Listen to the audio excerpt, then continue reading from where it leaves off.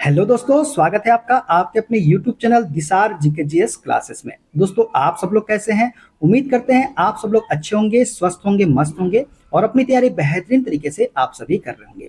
दोस्तों, हम आपको रेलवे ग्रुप डी के आंसर की का सॉल्यूशन करवा रहे हैं, जिसमें हम आपको दोस्तों साइंस के क्वेश्चन करवा रहे हैं। दोस्तों, आज हम आपको 27 नवंबर को थर्ड शिफ्ट में पूछे गए साइंस के सारे क्वेश्चन का सॉल्यूशन करवाने वाले हैं। दोस्तों, वीडियो अच्छा लगे वीडियो को लाइक कर दीजिएगा, शेयर कर दीजिएगा, कमेंट कर दीजिएगा। चैनल पे नए हैं चैनल को सब्सक्राइब करके बेल आइकन को प्रेस कर लीजिएगा। दोस्तों, हम क्वेश्चन के साथ में क्वेश्चन के साथ में कॉन्सेप्ट भी यदि आता है तो उस कॉन्सेप्ट को भी हम आपके क्लियर करते चलेंगे, ताकि आपके सारे क्वेश्चन तो होते भी जाए और साथ में आपका कॉन्सेप्ट भी क्लियर होते जाए।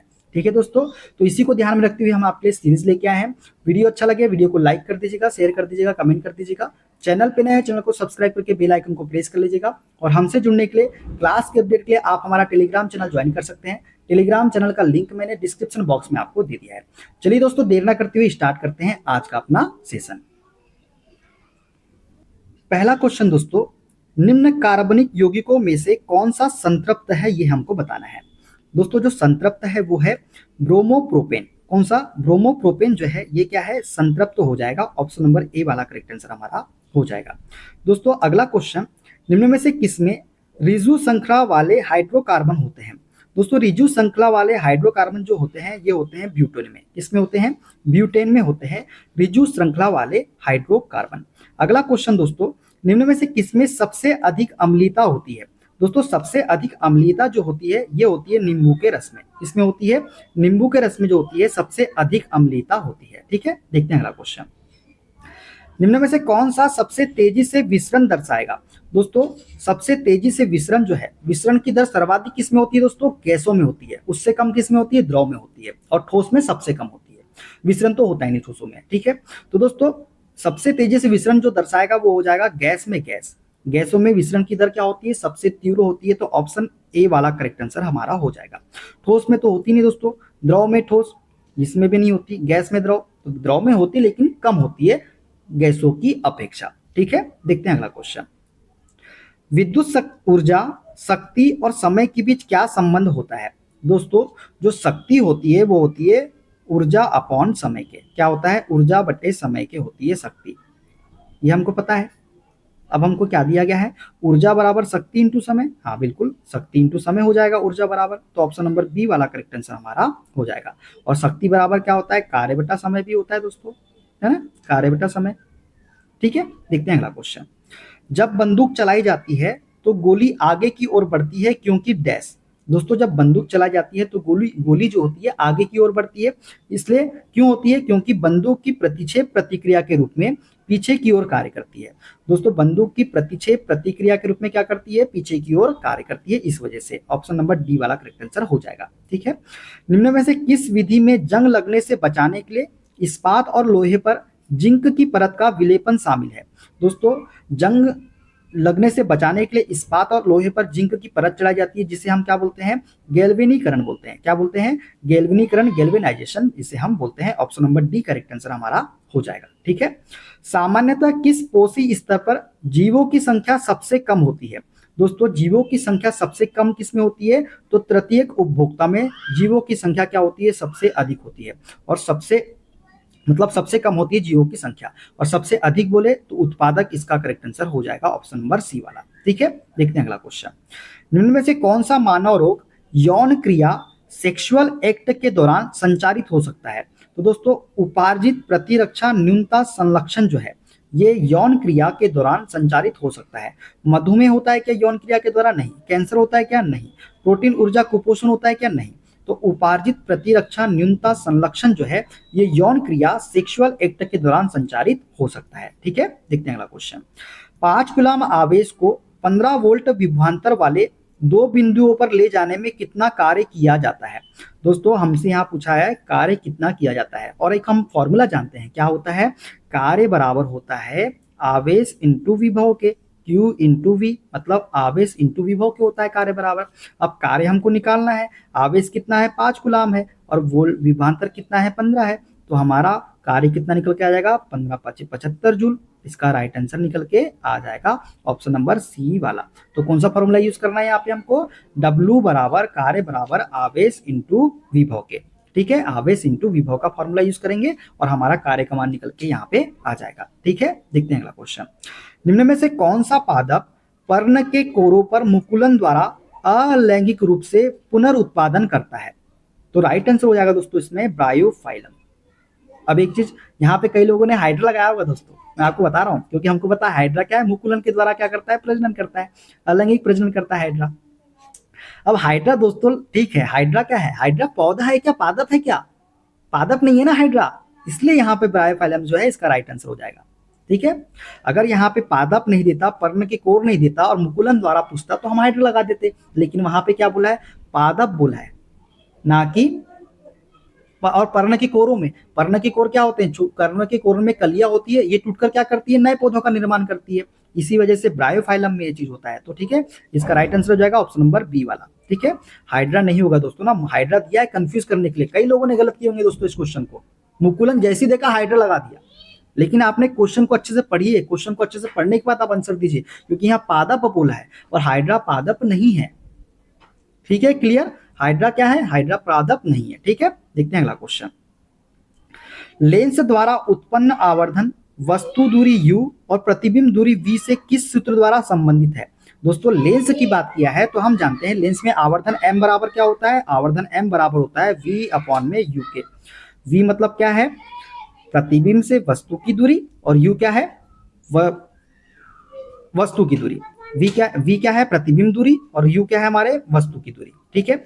और यहाँ माइनस नहीं आएगा दोस्तों, प्लस में आएगा, और लेंस में आवर्धन का मान प्लस में आता है, m बराबर v अपॉन u लेते हैं माइनस। यही अगर दर्पण बोलते थे दोस्तों, आवर्धन सूत्र में दर्पण सूत्र, आवर्धन में दर्पण पूछ लेता तो हम दर्पण का आवर्धन जो निकालते हैं वो निकालते हैं माइनस v अपॉन u से, ठीक है, क्लियर है ना। चलिए अच्छा देखते हैं अगला क्वेश्चन, निम्न में से कौन सा प्रेक्षण सर्वोत्तम रूप से इसकी व्याख्या करता है कि द्रवों का आयतन निश्चित होता है लेकिन उनकी आकृति निश्चित नहीं होती? तो दोस्तों जल जो है ये अपने पात्र की आकृति को ग्रहण कर लेता है लेकिन इसका आयतन वही बना रहता है, मतलब आयतन में कोई परिवर्तन नहीं होता दोस्तों, लेकिन ये जिस पात्र में डालोगे आप द्रव को वो उस प्रकार की आकृति को ग्रहण कर लेगा। यदि आपने ग्लास में डाला तो ग्लास के आकार में हो जाएगा, यदि आपने कांच के बीकर में डाला तो बीकर के आकार में अपनी आकृति ग्रहण कर लेगा। तो ये जो सही व्याख्या करता है वो क्या है, जल अपने पात्र की आकृति को ग्रहण कर लेता है लेकिन इसका आयतन में किसी प्रकार का कोई परिवर्तन नहीं होता, इसका आयतन वही बना रहता है, ठीक है। देखते हैं अगला क्वेश्चन, निम्न में से कौन सा गैसों का एक अभिलक्षण है? दोस्तों गैसों का अभिलक्षण क्या होता है, गैसों का कोई निश्चित आकार नहीं होता और कोई निश्चित आयतन नहीं होता, तो ऑप्शन सी इसका करेक्ट आंसर हमारा हो जाएगा, ठीक है। देखते हैं अगला क्वेश्चन, निम्न में से किस कोशिका अंगक में एटीपी जनरेटिंग रासायनिक अभिक्रियाओं हेतु पर्याप्त पृष्ठीय क्षेत्रफल होता है? तो ऐसा कौन सा कोशिका अंगक है दोस्तों जिसमें एटीपी जनरेटिंग रासायनिक अभिक्रियाओं हेतु पर्याप्त पृष्ठीय क्षेत्रफल होता है? तो उसे हम बोलते हैं सूत्रकनिका माइटोकॉन्ड्रिया। तो ऑप्शन नंबर डी इसका करेक्ट आंसर हमारा हो जाएगा, ठीक है। देखते हैं अगला क्वेश्चन, चंद्रमा पर किसी पिंड का भार पृथ्वी की अपेक्षा कम होता है क्योंकि? दोस्तों चंद्रमा पर किसी पिंड का भार पृथ्वी की अपेक्षा कम होता है क्योंकि चंद्रमा पर गुरुत्वीय त्वरण क्या होता है, कम होता है, इस वजह से क्या होता है, चंद्रमा पर गुरुत्वीय त्वरण जो होता है कम होता है, इस वजह से चंद्रमा पर किसी पिंड का भार पृथ्वी की अपेक्षा क्या होता है, कम होता है, ठीक है। देखते हैं अगला क्वेश्चन, m किलोग्राम द्रव्यमान का एक पिंड पृथ्वी की सतह से m की ऊंचाई पर रखा गया है, इस पिंड की स्थितिज ऊर्जा क्या होगी? तो दोस्तों m किलोग्राम द्रव्यमान का एक पिंड पृथ्वी की सतह से h मीटर की ऊंचाई पर रखा गया है, इस पिंड की स्थितिज ऊर्जा जो होगी वो होगी क्या होगी, mgh हो जाएगी, क्या हो जाएगी, mgh हो जाएगी। ऑप्शन नंबर ए वाला करेक्ट आंसर हमारा हो जाएगा, ठीक है। देखते हैं अगला क्वेश्चन, ऑक्सीजन जैसे सूक्ष्म अणु कोशिका झिल्ली से आसानी से क्यों गुजर सकते हैं लेकिन स्टार्च या प्रोटीन जैसे बड़े अणु नहीं गुजर सकते? दोस्तों ऑक्सीजन जैसे सूक्ष्म अणु जो है ये कोशिका झिल्ली से आसानी से गुजर जाते हैं, लेकिन स्टार्च या प्रोटीन जैसे बड़े अणु जो होते हैं ना ये इससे गुजर नहीं सकते। इसका कारण क्या है, कोशिका झिल्ली जो होती है ना ये चयनात्मक पदार्थों के लिए पारगम्य होती है, क्या होती है, चयनात्मक पदार्थों के लिए क्या होती है, पारगम्य होती है, इस वजह से ऑक्सीजन जैसे सूक्ष्म अणु कोशिका झिल्ली से आसानी से गुजर सकते हैं लेकिन स्टार्च या प्रोटीन जैसे बड़े अणु गुजर नहीं सकते, ठीक है। देखते हैं अगला क्वेश्चन, किसी मेज पर मंद आघात करने पर उत्पन्न ध्वनि के मृदु होने का क्या कारण है? दोस्तों किसी मेज पर मृदु मंद आघात करने पर उत्पन्न ध्वनि के मृदु होने का कारण जो है यह है कंपन का आयाम छोटा होना। कंपन का आयाम छोटा होता है, इस वजह से ध्वनि के मृदु होने का ये क्या कारण बनता है। ठीक है, देखते हैं अगला क्वेश्चन। एचआईवी संचरण के संबंध में निम्न में से कौन सा कथन सत्य है? दोस्तों एचआईवी संचरण के संबंध में जो सत्य कथन है वो है एचआईवी यौन क्रियाओं से संचारित हो सकता है। एचआईवी क्या होता है? यौन क्रियाओं से संचारित होता है, तो यही क्या हो जाएगा? सत्य कथन हमारा हो जाएगा। ठीक है, एक फसल खेती की तुलना में अंतराशयन इंटरक्रॉपिंग किस प्रकार लाभदायक है? दोस्तों इंटरक्रॉपिंग किस प्रकार से लाभदायक होती है? तो दोस्तों पोषक तत्वों का कुशलतापूर्वक उपयोग करता है और रोगों के प्रसार को रोकता है। इंटरक्रॉपिंग यदि हम करते हैं तो क्या करता है? ये पोषक तत्वों का कुशलतापूर्वक उपयोग करता है और रोगों के प्रसार को क्या करता है? ये रोकता है। ठीक है, देखते हैं अगला क्वेश्चन। एक कार विराम अवस्था से चलना शुरू करती है और 5 सेकेंड तक समान रूप से 2 मीटर प्रति सेकेंड स्क्वायर पर त्वरित होती है। कार का अंतिम वेग क्या होगा? दोस्तों हमको पूछा है कार का अंतिम वेग, v का मान हमसे बताना है। दोस्तों कार विराम अवस्था से चल रही है, इसका मतलब u का क्या हो जाएगा? हमारा 0 हो जाएगा प्रारंभिक वेग। समय कितना है हमको दिया गया? ये दिया गया है 5 सेकेंड और त्वरण का मान कितना दिया गया है हमको? 2 मीटर प्रति सेकेंड स्क्वायर दिया गया है। हम एक फॉर्मूला जानते हैं दोस्तों वेग निकालने का, v बराबर क्या होता है? u प्लस ए टी के होता है। u प्लस ए टी के होता है तो v बराबर क्या हो जाएगा? प्रारंभिक वेग तो हमारा 0 है, a का मान कितना है? 2 है और समय कितना है दोस्तों? 5 सेकेंड है, तो v का मान कितना निकल के आ जाएगा हमारा? 10 मीटर प्रति सेकेंड। कितना निकल के आ जाएगा? 10 मीटर प्रति सेकेंड निकल के आ जाएगा। ऑप्शन नंबर बी वाला करेक्ट आंसर हमारा हो जाएगा। ठीक है, देखते हैं अगला क्वेश्चन। जब कार्बन डाइऑक्साइड को चूने के पानी के से होकर प्रभावित किया जाता है तो डैश अवक्षेपित होता है। दोस्तों जब कार्बन डाइऑक्साइड को चूने के पानी से होकर प्रभावित किया जाता है तो CaCO3 कैल्शियम कार्बोनेट जो है ये क्या होता है? अवक्षेपित होता है। क्या होता है कैल्शियम कार्बोनेट? ये होता है अवक्षेपित। तो ऑप्शन नंबर ए वाला करेक्ट आंसर हमारा हो जाएगा। ठीक है, देखते हैं अगला क्वेश्चन दोस्तों।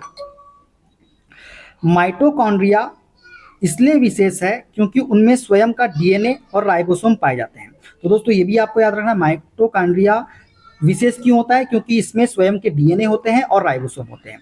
इस आधार पर उसका क्या कार्य है? दोस्तों इस आधार पर उसके कार्य क्या है? ये अपने स्वयं के कुछ प्रोटीन बना लेता है। क्या करता है? ये अपने स्वयं के कुछ प्रोटीन बनाना इसके क्या हो जाएंगे? कार्य हो जाएंगे। तो ऑप्शन बी इसका करेक्ट आंसर हमारा हो जाएगा। देखते हैं अगला क्वेश्चन दोस्तों।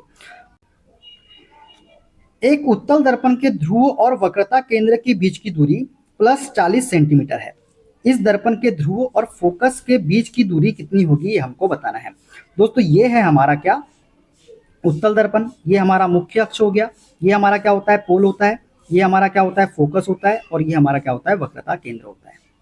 दोस्तों पोल से वक्रता केंद्र के बीच की दूरी दी गई है, ये हमको दी गई है प्लस 40 सेंटीमीटर।